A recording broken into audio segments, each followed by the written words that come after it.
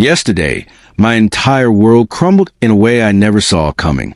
I always thought Patricia and I had something real, something built on love and trust. We had been together for 3 years, and I truly believed she was the one I would spend the rest of my life with. Looking back now, I realize how blind I was. We met at a housewarming party through mutual friends. She was charming, funny, and had this energy that drew me in instantly. Our relationship progressed naturally, and last year, we moved in together. Everything seemed perfect. She had been dropping hints about marriage for months, casually showing me rings on Instagram, talking about ideal wedding venues, and even mentioning baby names on occasion. I had taken the hints to heart, secretly planning to propose next month. But then, yesterday happened. I was at Local Beans, the coffee shop we both loved, sitting in a quiet corner with my laptop. I had my earbuds in, but no music was playing. I just wanted to focus. That's when I heard a familiar laugh. It was Patricia, sitting at a table behind me with her friends, Gladys and Mary. They didn't see me because of the tall booth dividers, and I almost stood up to say hi. Then I heard my name. Something about the way she said it made me stop. I stayed still listening. "So you're really going through with it?" Gladys asked, her voice barely hushed, but still loud enough for me to hear. Patricia let out a laugh I had never heard from her before, cold, almost cruel. Of course. Brent's so predictable. I saw his browser history. He's been looking at rings. God, he's such a fool. My stomach twisted. What was she talking about? But 3 years, Patricia? Mary sounded hesitant. That's a long time to fake it. Patricia scoffed. Please. The apartment's in his name. I've barely paid for anything. And Jason's place is twice as nice. You should see his car. My blood ran cold. Jason, her work friend, the guy she had been mentioning more and more often lately, who'd started appearing in her Instagram stories. I had thought nothing of it. After all, I trusted her. Gladys giggled. What if Brent doesn't propose when you expect? Oh, he will. Patricia's voice was dripping with confidence. I've got him wrapped around my finger. And when he does... She lowered her voice, but I still caught every single word. I'm going to let him do it in front of everyone. Let him get down on one knee, make his little speech, and then I'll laugh in his face and tell him what a pathetic loser he is. I felt like the air had been sucked out of the room, but she wasn't done. Jason's already booked our Cabo trip for the next day. I'll be sipping cocktails on the beach while Brent is crying over his stupid little ring. Ice clinked against glass as they laughed, toasting to my humiliation like it was some kind of game. Mary, still hesitant, asked, What about all his friends? Your shared friends. They'll get over it, Patricia said dismissively. Most of them are his friends anyway. And honestly, I've got better options with Jason's crowd. Better parties, better connections. Brent's nice and all, but he's just basic. Did you know he still wears a Timex watch? In 2025, the sheer arrogance in her voice sent a white-hot fury through me. 3 years. 3 years of my life, given to a woman who had been playing me all along. Gladys giggled. When's D-Day? Patricia sighed dramatically. He always does big things at Giovan's, that Italian place he thinks is fancy. I give him 2 weeks max. I've been sending him photos of that princess-cut ring from Somerset Jewelers all week. They kept talking, laughing about Jason, about their secret dates, about how Patricia had been slowly stashing money away from our joint account. Every word she spoke was another dagger to the heart. I sat there, gripping my phone so tightly my knuckles turned white, but I didn't move. I didn't make a sound. I just pressed the record button. Finally, they left. I watched through the window as they got into Patricia's car, still laughing, still completely oblivious. She had no idea I had heard every single word. No idea that I had recorded her entire confession. By the time I drove home, the initial shock had settled into something else. Something colder, sharper. A focused kind of rage. When Patricia came home that evening, I acted as if nothing had happened. I greeted her with a smile, asked her about her day, and listened as she lied to my face. She told me she had lunch with the girls. leaving out the part where she had plotted my public humiliation. She kissed me, told me she'd been thinking about Giovans for our anniversary next week. Great idea, babe, I said, smiling. I've been thinking we should do something special. Her eyes lit up. She thought her plan was working perfectly. She had no idea what I had in store for her. I started gathering evidence. I needed more than just a recording. I needed undeniable proof. So, I created a fake Instagram account and followed Patricia's friends. It didn't take long before I had screenshots of them at bars and restaurants with Jason. In some of the photos, Patricia and Jason were making out, while she was still wearing the promise ring I had given her last Christmas. But the best part? Patricia always worked late on Thursdays. Or so she claimed. So, the next Thursday, I went to a small Thai place near her office. And there she was, sitting at a table with Jason, sharing pad thai, playing footsie under the table. I didn't confront them. I didn't make a scene. I simply sat at the bar, ordered a beer, and recorded a few clips on my phone.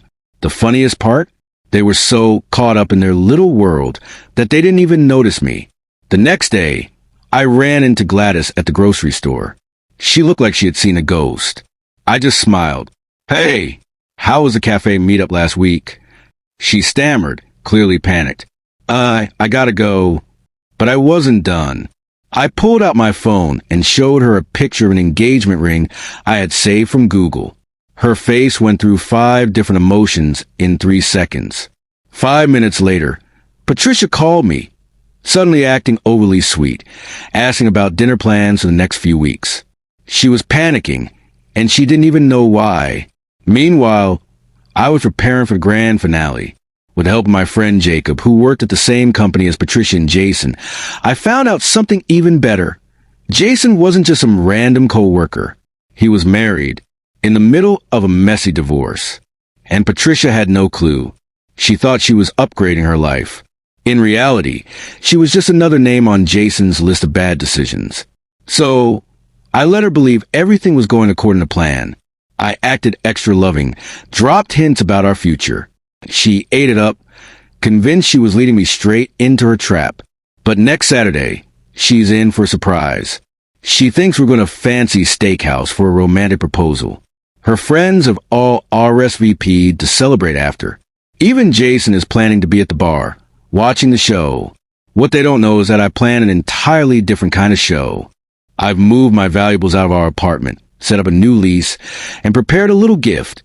A ring box filled with printouts of every incriminating text, every photo, every piece of evidence. I rehearsed exactly what I'm going to say. And when the moment comes, when she expects me to kneel before her, I'm going to pull out that box, open it, and watch her world crumble. Saturday can't come fast enough. Patricia had everything planned. At least, that's what she thought. In her mind, she was the star of a perfect romantic movie, where she would string along her devoted boyfriend, embarrass him in front of everyone, and then move on to a new and exciting relationship with Jason from accounting. What she didn't realize was that she wasn't starring in a romantic comedy. She was walking straight into a tragedy of her own making. The moment of truth arrived on a Saturday night. I had everything in place. And trust me, this was something no one would want to miss. For those wondering, yes, I had all the evidence backed up in multiple locations. There was no way I was letting anything slip through the cracks. And for those concerned about Jason's wife, don't worry. She was going to see everything too. The truth deserved to be known by everyone involved. Everything went down the previous night, and I was still processing it all. The support from my previous posts helped me stay focused when I needed it most. I had made a dinner reservation at Bella Rosa for 7:30 p.m. It wasn't a 5-star restaurant, but it was the nicest Italian place in town, and Patricia had been dropping hints about wanting to go there for months. I knew her friends, Gladys and Mary, would be there, eagerly waiting with their phones to capture what they thought would be a beautiful, tear-filled proposal. Little did they know, I had a completely different surprise in store. I put on the blue suit Patricia always said made me look handsome. She was practically glowing when I picked her up at 7 o'clock, constantly checking her phone during the drive, no doubt sending excited messages to her friends and to Jason. But I just smiled, remembering the way she had laughed while discussing her plan to publicly humiliate me. The restaurant was packed. Perfect. I spotted Jacob sitting at the bar, right where we planned. Patricia's friends were already there, phones at the ready, anticipation shining in their eyes. Everything was set. By dessert, Patricia was getting fidgety, probably wondering why I hadn't dropped to one knee yet. I could feel the expectation in the air, the weight of the moment she thought was hers to control. So I stood up, but instead of reaching for a ring box, I lifted my wine glass and spoke loudly enough for everyone nearby to hear. "I'd like to make a toast," I announced. Patricia's face lit up. Gladys already had her phone out, ready to record the big moment. To Patricia, I continued, watching her beam. Who has been sharing my life for the past 3 years. She was practically glowing. And who has also been sharing her life with Jason from accounting for the last 8 months. Her smile froze. I pulled out my phone and hit play. The recording from the cafe filled our corners of the restaurant. Her own voice echoed through the room. Asterisk, I'll brutally dump him after he proposes. Jason, and I already have plans for a weekend getaway to celebrate. Asterisk, the color drained from her face. Gladys and Mary sat there, stunned, their mouths hanging open.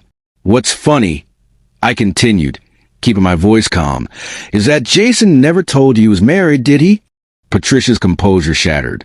She jumped up so fast she knocked over her wine glass. "You!" she screamed, her voice shrill and shaking. "You set me up." The restaurant fell silent. All eyes were on us.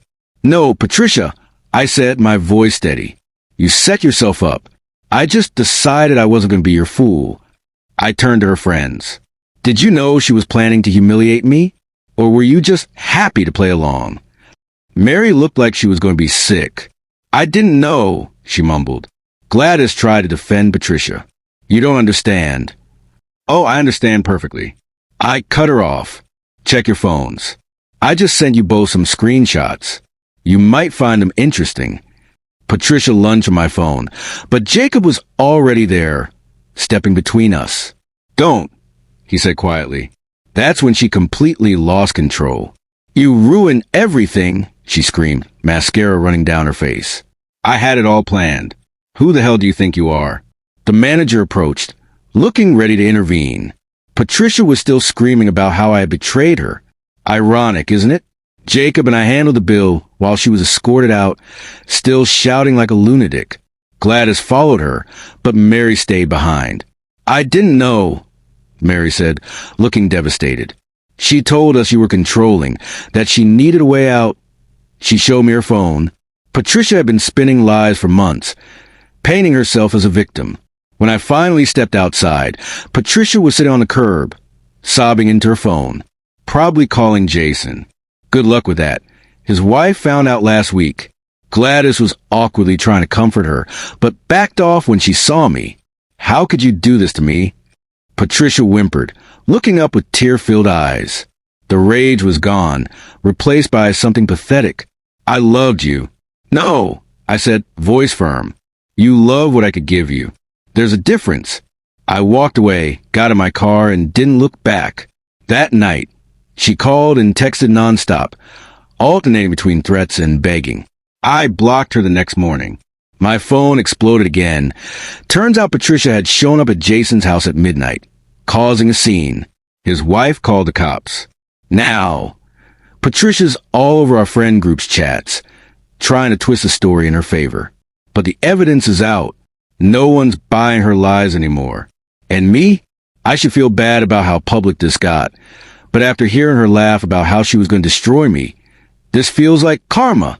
Jacob took me out for drinks, saying I needed to decompress. He was right. My hand still shook when I thought about it. Not from sadness, but from relief. For the first time in months, I could breathe. 2 months later, Patricia's life had completely fallen apart. Jason got fired. Turns out he was Patricia's supervisor, and workplace relationships with subordinates were a strict no-go.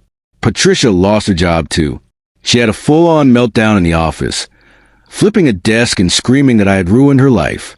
Security had to escort her out. Her friends abandoned her. The screenshots did the work for me, proving she had lied, manipulated, and used me for 3 years. When she tried to tell her side of the story at our favorite bar, Gladys just stood up and said, "You're pathetic," and we all see it now. Patricia threw a drink at her, got banned from a bar, and ended up crying in the parking lot while everyone watched.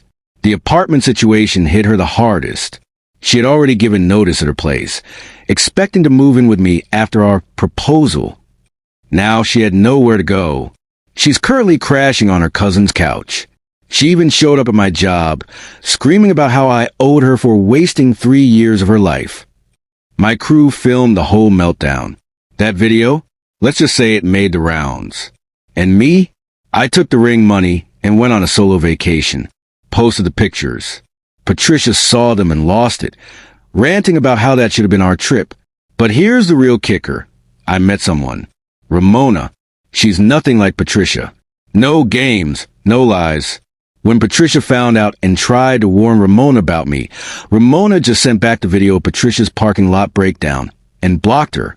Patricia's parents even called to apologize, said they raised her better than this. Her mom was crying. Turns out, everyone in their church group saw the videos. So, Patricia is jobless, friendless, and moving back in with her parents. Me, I'm happier than ever. Karma did her job.